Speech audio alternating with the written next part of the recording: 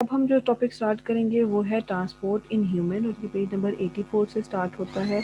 और इसके बैकग्राउंड में पहले हम जाते हैं कि ट्रांसपोर्ट इन ह्यूमन की रिक्वायरमेंट क्या है। जैसे मैंने आपको चैप्टर के शुरू में बताया था कि लिविंग ऑर्गेनिज्म को सर्वाइवल के लिए न्यूट्रिएंट्स की भी ज़रूरत होती है ताकि वो अपनी एनर्जी की नीड्स फुलफिल कर सकें। इसके अलावा they produce some waste material जिनको away from the body, away from the living and healthy cells पहुंचाना, रिलीज करना बॉडी में से, गेट रिड ऑफ होना जिनसे बहुत ज़रूरी होता है। तो प्लांट्स में हमने लास्ट टाइम पढ़ा था कि कैसे ट्रांसपायरेशन जो है वो रोल प्ले करती है वेस्ट गैसेस के रिमूवल में, वेस्ट मटेरियल्स के रिमूवल में, और कैसे वो हेल्प करता है डिफरेंट न्यूट्रिएंट्स की एब्जॉर्प्शन में और गैसेस के एब्जॉर्प्शन में। ठीक है, अब हम पढ़ेंगे कि ह्यूमन के अंदर जो है वो ट्रांसपोर्ट सिस्टम कौन सा है, और ऐसा कौन सा मतलब सिस्टम है जिसके ज़रिए डिफरेंट जो चीज़ें होती हैं वो हर सेल तक पहुंचती हैं। तो अगर आप थोड़ा सा दिमाग लगाएं, खाते तो आप अपने मुंह से हैं, लेकिन आपकी बॉडी में जो डिफरेंट ऑर्गन्स हैं, आपके बाल हैं, आपके नेल्स हैं, आपके सेल्स हैं, आपकी स्किन है, उस तक न्यूट्रिएंट्स कैसे पहुंचते हैं। तो आपका फूड जो है, जो आपने मुंह से खाया होता है, जब आपके स्टमक में डाइजेस्ट होता है, और जब वो स्मॉल इंटेस्टाइन में आता है, तो अगर आप थोड़ा सा न्यूट्रिशन वाले चैप्टर को रिकॉल करें, डाइजेस्टिव सिस्टम को रिकॉल करें, तो इंटेस्टाइन में जो आपकी विलाई स्ट्रक्चर है, they are highly supplied, highly and richly supplied with the blood vessels. और उस ब्लड वेसल की सप्लाई के साथ साथ वहाँ पे एक और स्ट्रक्चर होता है जिसको बोलते हैं लैक्टियल्स। लैक्टियल्स, ठीक है।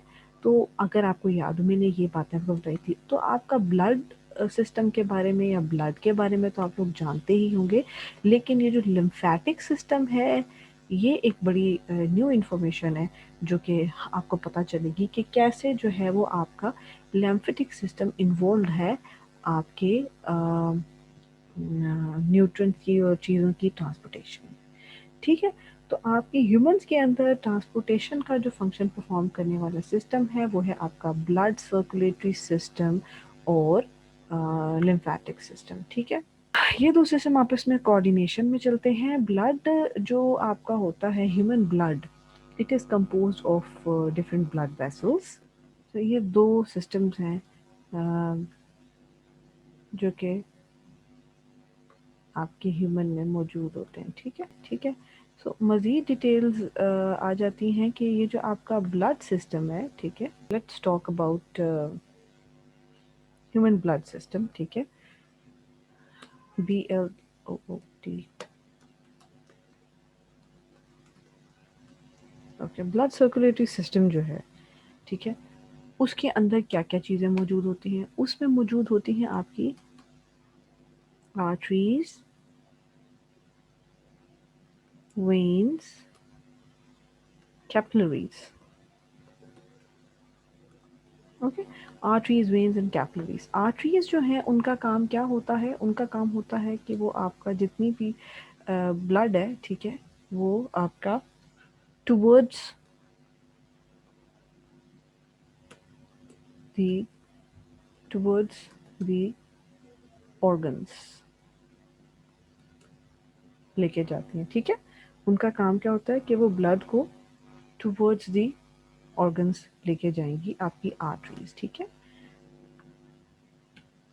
जबकि वेन्स जो हैं वो क्या करेंगी, ब्लड को अवे फ्रॉम द ऑर्गन्स लेके जाएंगी। ठीक है, जबकि जो आपकी कैपिलरीज होती हैं, इनका काम क्या होता है, एक्सचेंज ऑफ मटेरियल्स।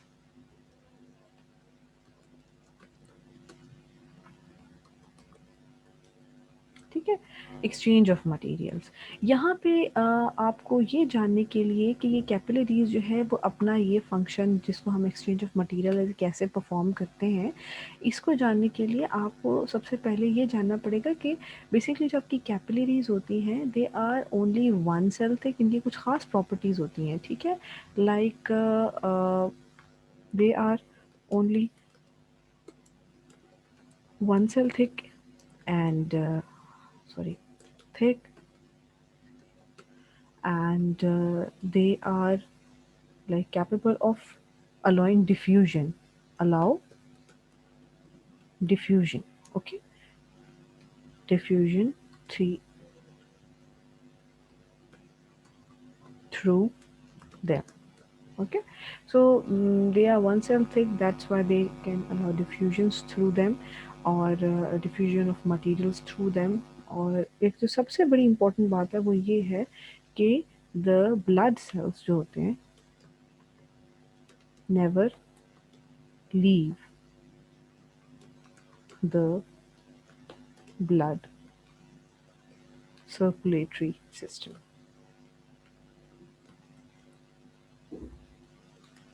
ठीक है, ये सबसे इम्पोर्टेंट बात है कि जो आपका ब्लड सर्कुलेटरी सिस्टम है उसका एक ये है एक बहुत इम्पोर्टेंट बात कि आपका जो ब्लड सर्कुलेटरी सिस्टम होता है वो अपनी जगह को चेंज सॉरी अपने जो वेसल्स हैं उन्हीं में रहता है, वो चेंज नहीं करता। ठीक है, मतलब उनमें से बाहर नहीं निकलता, वो हमेशा कंटेन रहता है अपने सर्कुलेटरी सिस्टम में, अपनी वेसल्स के अंदर। वो आर्टरीज में, वेन्स में, कैपिलरीज में रहेगा और हार्ट में रहेगा, डिफरेंट ऑर्गन्स में जाएगा, लेकिन अपने जो है वो वेन्स के अंदर ही रन करेगा, बाहर नहीं निकलेगा। ठीक है, इसके अलावा इस सिस्टम के अलावा एक और सिस्टम है, ठीक है, जो कि आपके ब्लड सर्कुलेटरी सिस्टम का आप समझ लो हेल्पर सिस्टम है। और इस हेल्पर सिस्टम को हम कहते हैं, पिंक से मैं इसको लिखूंगी सारा आपका। अब लैम्फेटिक सिस्टम में क्या क्या चीज़ें आती हैं? लैम्फेटिक सिस्टम में इसकी लैम्फेटिक वेसल्स आती हैं, ठीक है, लिम्फ वेसल्स भी बोलते हैं इनको, लिम्फ वेसल्स। स्प्लीन भी आता है, ठीक है, जो कि एक ऑर्गन है लिम्फेटिक सिस्टम के साथ एसोसिएटेड है, और इसका काम है मोस्टली जो वाइट ब्लड सेल्स है उनको बनाना भी, और इसके अलावा उन वाइट ब्लड सेल्स को जो है वो डिफ्रेंसिएशन होती है उनके अंदर डिफरेंट कामों के लिए। वाइट ब्लड सेल्स की जब वो एडवांस मिच्योर स्टेज में जाते हैं तो वो सारी जो फंक्शन है वो स्प्लीन में हो रही है। जो भी आपके डिफेंस का काम है वो आपके वाइट ब्लड सेल से रिलेटेड है, वो स्प्लीन के अंदर हो रहा होता है। ठीक है, वो डिफरेंट तरह के सेल्स होते हैं वाइट ब्लड सेल में, आगे जाके हम डिटेल में पढ़ेंगे। तो आपके जो लिम्फेटिक सिस्टम है उसमें लिम्फ वेसल्स होती है, और इसमें सो इस तरह से मैंने आपको एक लिटिल ब्रीफ सा इंट्रोडक्शन दे दिया कि आपके डिफरेंट ट्रांसपोर्ट सिस्टम्स कैसे काम करते हैं। Now come to the human circulatory system. Now we will directly talk about the human circulatory system. तो उसमें अब ब्लड को के बारे में हम डिटेल में देखते हैं कि ब्लड जो है वो उसके अंदर क्या क्या चीज़ें मौजूद होती हैं ब्लड के अंदर। बेसिकली तो आपको पता है कि blood is a form of a connective tissue, ठीक है, just like bone and cartilage it is a form of connective tissue. और ह्यूमन बॉडी में, एक ह्यूमन में 1/12 of its body part is weight is blood, और average human में 5 litre blood होता है। ठीक है, कुछ स्टैटिस्टिक्स नहीं जो कि आपको ऐसे लर्न करनी about for your objective. And healthy person में प्लाज्मा होता है और 55%, और सेल्स और सेल लाइक बॉडी जो कि ब्लड में होती है वो रिमेनिंग 45% है। तो ब्लड बेसिकली आपके mixture of plasma and blood से, सेल से बना होता है। ठीक है, एक प्लाज्मा जो है वो एक बेस है जिसमें डिफरेंट ब्लड सेल्स मिक्सड हुए हुए हैं, फ्लो कर रहे हैं। ठीक है, ये आप देख सकते हैं इन्होंने कैसे बताया हुआ है कि ब्लड सेल्स जो हैं अगर आप इनको वेसल्स में ब्लड को कहीं पे डाल के रखते हो, स्पिन करते हो, तो रेड सेल्स हमेशा नीचे बैठ जाते हैं और प्लाज्मा जो है वो सरफेस पे कलेक्ट हो जाता है।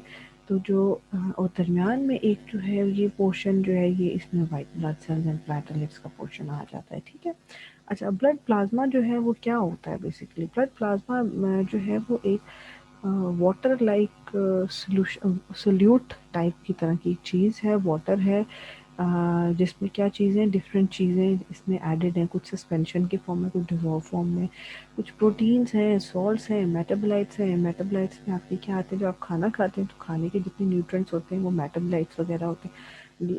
नॉर्मली यूरिया हो गया, अमाइड्स हो गए, ये सारे मेटाबोलाइट्स होते हैं। ठीक है, ये वेस्ट भी होते हैं, अमाइनो ग्रुप वाले जितने भी चीज़ें होती हैं वो मोस्टली वेस्ट होते हैं। Urea and ammonia is a waste. ठीक है, तो ये जो है डिजॉल्व फॉर्म में होता है। ठीक है, और 90 to 92% प्लाज्मा जो है उसमें पानी की फॉर्म में होता है,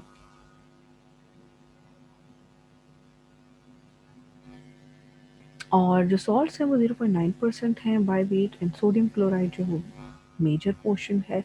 सोडियम क्लोराइड के अलावा इसमें बाइकार्बोनेट्स भी पाए जाते हैं। बाइकार्बोनेट्स जो है वो बेसिकली जब आप सांस लेते हो तो जो आपके लंग्स में ऑक्सीजन होती है वो बाइकार्बोनेट्स के साथ अटैच होकर कुछ जाती है, ठीक है, और वो ट्रांसपोर्टेशन में भी हेल्प करते हैं बाइकार्बोनेट सॉल्ट जो है सोडियम क्लोराइड के अलावा। इसके अलावा कैल्शियम, मैग्नीशियम, कॉपर, जिंक वगैरह मौजूद होते हैं।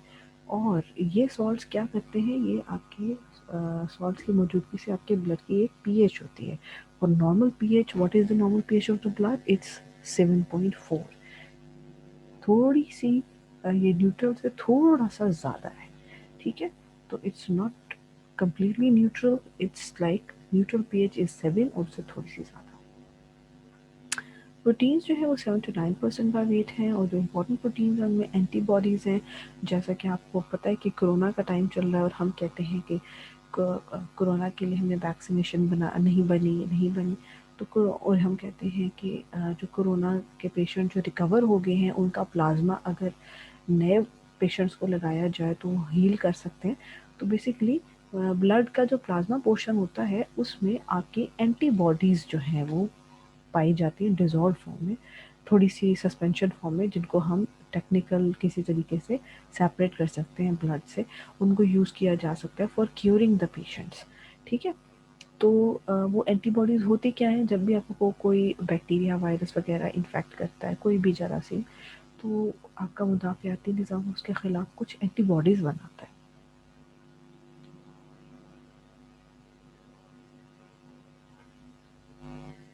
और फिर वही एंटीबॉडीज़ जो है वो आपके डिफेंस सिस्टम को मज़ीद एक्टिवेट कर देती हैं, ताकि आपकी बॉडी जो है नेक्स्ट टाइम अगर इनफैक्ट हो सेम बैक्टीरिया या वायरस के साथ तो ऑटोमेटिकली आपके जो हेल्दी सेल्स हैं, फाइटर सेल्स जो हैं वाइट ब्लड सेल्स के, वो बनना शुरू हो जाए फास्ट रेट पे। फिब्रिनोजिन क्या होती है? फिब्रिनोजिन जो है वो एक ब्लड क्लॉटिंग फैक्टर होता है। बेसिकली जब रेड ब्लड सेल्स लिवर में ब्रेक डाउन होते हैं तो फिब्रिनोजिन बनता है। एल्ब्यूमिन भी होता है इसमें जो है। एल्ब्यूमिन आपको पता है कि ये एग में भी पाया जाता है और ये बॉडी में सॉरी आपके जो बॉडी में वाटर का बैलेंस को ब्लड के अंदर वाटर के बैलेंस को मेंटेन करने के लिए ज़रूरी है। इसके अलावा प्लाज्मा के अंदर मुख्तलिफ किस्म के डाइजेस्टेड फूड के पार्टिकल्स होते हैं, जो कि आपको याद होगा शुगर के केस में वो क्या थे? ग्लूकोज। लिपिड्स के केस में वो क्या थे? लिपिड्स एंड ऑयल्स के केस में fatty acid and glycerol. And protein के केसेस में अमीनो एसिड्स थे। तो फिर रेस्पिरेटरी गैसेस जैसे कि कार्बन डाइऑक्साइड एंड ऑक्सीजन हो गए, ये भी जो है वो आपके ब्लड के प्लाज्मा पोर्शन में प्रेजेंट होती है। अच्छा, इसके बाद जो नेक्स्ट डिवीजन आती है आपके ब्लड की, वो आती है ब्लड सेल्स। तो ब्लड सेल्स जो हैं वो आपके डिफरेंट तरह के होते हैं। कुछ रेड ब्लड सेल्स होते हैं, कुछ वाइट ब्लड सेल्स होते हैं, और कुछ सेल से टूट टूट के बनने वाली प्लेटलेट्स होती हैं। रेड ब्लड सेल्स को इरिथ्रोसाइट्स भी बोलते हैं और वाइट ब्लड सेल्स को ल्यूकोसाइट्स भी बोलते हैं। कुछ एक डिजीज़ होती है ल्यूकीमिया, उसमें उन लोगों के वाइट ब्लड सेल्स जो हैं, ल्यूकीमिया कैंसर की एक फॉर्म है, उसमें उनके वाइट ब्लड सेल्स जो हैं वो जो है कैंसर का शिकार होते हैं, ठीक है, वो ब्लड कैंसर होता है। अच्छा जी, आगे आ जाते हैं। और जो प्लेटलेट्स हैं they are called the thrombosis. Basically platelets ने आपकी क्लॉटिंग करानी होती है, ठीक है। इनके फंक्शन मैं आपको फर्दर साथ साथ बताऊंगी जैसे हम पढ़ेंगे, ठीक है। अच्छा, रेड ब्लड सेल का फंक्शन क्या है और वे क्या होते हैं? पहले इसकी क्वांटिटीज़ बताएंगे कि 5 to 5.5 million red blood cells जो है वो मेल्स में, और 4 to 4.5 मिलियन इन फीमेल जो है वो नॉर्मल रेंज है। और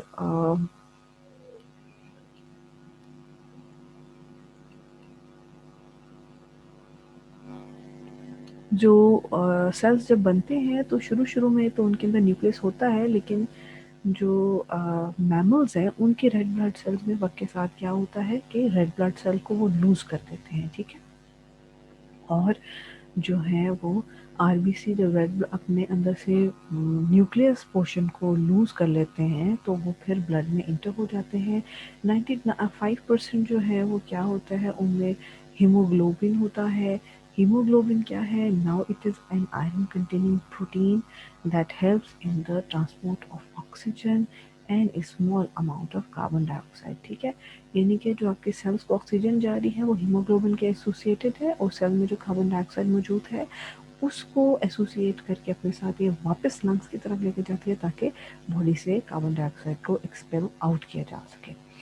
उसके बाद रिमेनिंग 5% जो आपका सेल्स है, और उसमें क्या होता है कि that consist of enzyme salts and other proteins.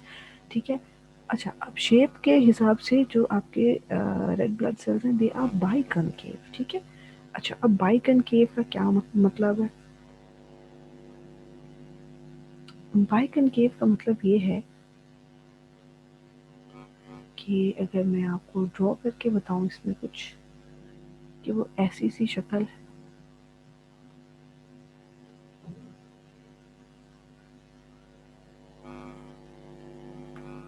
It's like, sorry,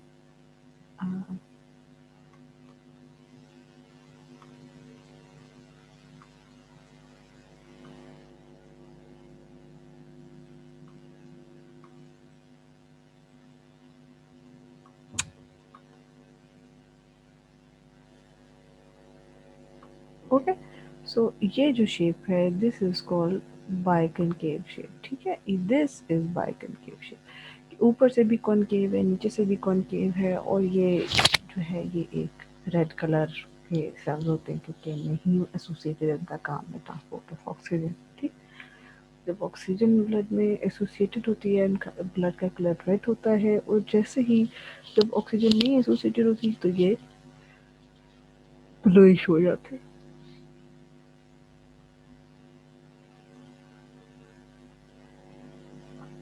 coming back to the book. अच्छा जी, अब इनकी प्रोडक्शन कहाँ पे होती है? रेड ब्लड सेल्स जो हैं वो डिफरेंट स्टेजेस में डिफरेंट जगह पे बनते हैं। एम्ब्रियोनिक जब स्टेज होती है, यानी कि जब एक इन्फेंट जो है, जो फीटस होता है, जो मदर की वोम में होता है, तो वहाँ पे उसके अंदर क्या होता है कि उसके रेड ब्लड सेल्स जो है वो लिवर में बनते हैं और स्प्लीन में बनते हैं। ठीक है, लेकिन जैसे जैसे एक इंसान दुनिया में आता है और वो ग्रो करना शुरू कर देता है, बड़ा होता जाता है, तो फिर उसके जो रेड ब्लड सेल्स हैं वो बोन मैरो में बनते हैं। ठीक है, वो कहाँ बनते हैं? बोन मैरो में बनते हैं। बोन मैरो क्या होता है? बोन के अंदर जो आपका स्पॉन्जी बोन का पोर्शन होता है वहाँ पे। ठीक है, अच्छा, ओके, और वो भी स्टर्नम में बनते हैं, रिब्स में बनते हैं, वर्टिब्री में। ठीक है, okay. So average life span जो है रेड ब्लड सेल का वो 120 डेज है, उसके बाद उनको दोबारा से बनना चाहिए। इसीलिए कहा जाता है कि अगर आप अपने ब्लड सेल्स ब्लड डोनेट करते हो तो इससे आपकी हेल्थ को कोई नेगेटिव इफेक्ट नहीं पड़ता, क्योंकि इवेंचुअली उन्होंने वैसे भी डाई आउट ही हो जाना होता है। तो बेटर है कि अगर आप उसको डोनेट करोगे, आपकी बॉडी उस लॉस को रिकवर करने के लिए न्यू सेल्स बना लेगी।